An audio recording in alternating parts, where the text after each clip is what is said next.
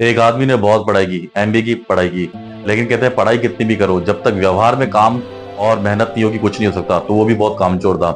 उसने काफी सारी कंपनियों में सेल्समैनी का काम किया, वहां पे जाके ट्रेनिंग ली।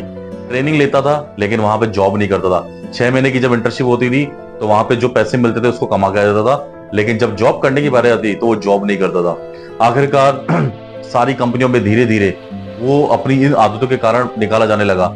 लेकिन उसको इस बारे में बड़ा मजा आता था। वो सोचता था कि अच्छा है, 6 महीने में जॉब जो ट्रेनिंग करता हूँ उसके अंदर जो मुझे पैसे मिलते हैं उसी से मेरा गुजारा रहा। ऐसा करते करते वो पूरे शहर में पूरी तरीके से बदनाम होने लगा।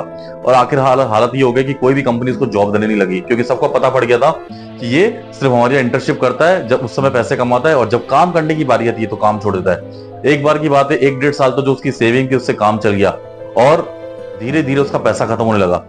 और फिर क्या हुआ, धीरे धीरे उसके यहाँ खाने की भी कमी होने लगी और ये प्रॉब्लम हो गई कि उसकी पत्नी और बच्चे को 2 जून की रोटी भी मिलनी मुश्किल हो गई। तो एक दिन जब उसने देखा उसकी पत्नी ने कि आज खाने के लिए नहीं है, तो उसकी पत्नी ने उसको बोल दिया कि अगर कल शाम तक मुझे खाने के लिए कुछ नहीं मिला और मुझे पैसे नहीं मिले तो मैं कल रोड पे बैठ के आपके बच्चे के साथ भीख मांगने लग जाऊंगी। जब ये सेंटेंस उस आदमी को बोला गया तो वो आदमी अंदर से हिल गया। उसने बोला अब कैसे भी कल मुझे सुबह जाके पैसे कमा के आने पड़ेंगे। और वो कई कंपनियों में जाके जॉब के लिए बोलने लगा, लेकिन किसी भी कंपनी ने उसे जॉब नहीं दी क्योंकि उसका नेचर जानते थे।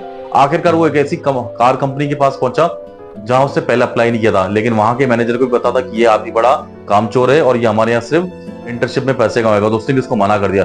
लेकिन वो आदमी ने बहुत ज्यादा उसको रिक्वेस्ट की कि नहीं, कैसे भी करके मुझे आज तो एक कुछ पैसे कमा के जाने हैं। आखिर बहुत बार जब उसने रिक्वेस्ट की तो आदमी ने कहा कि कंपनी के अंदर तो नहीं, लेकिन कंपनी के बाहर रह के, मतलब शोरूम के बाहर रह के तुम कुछ कर सकते हो।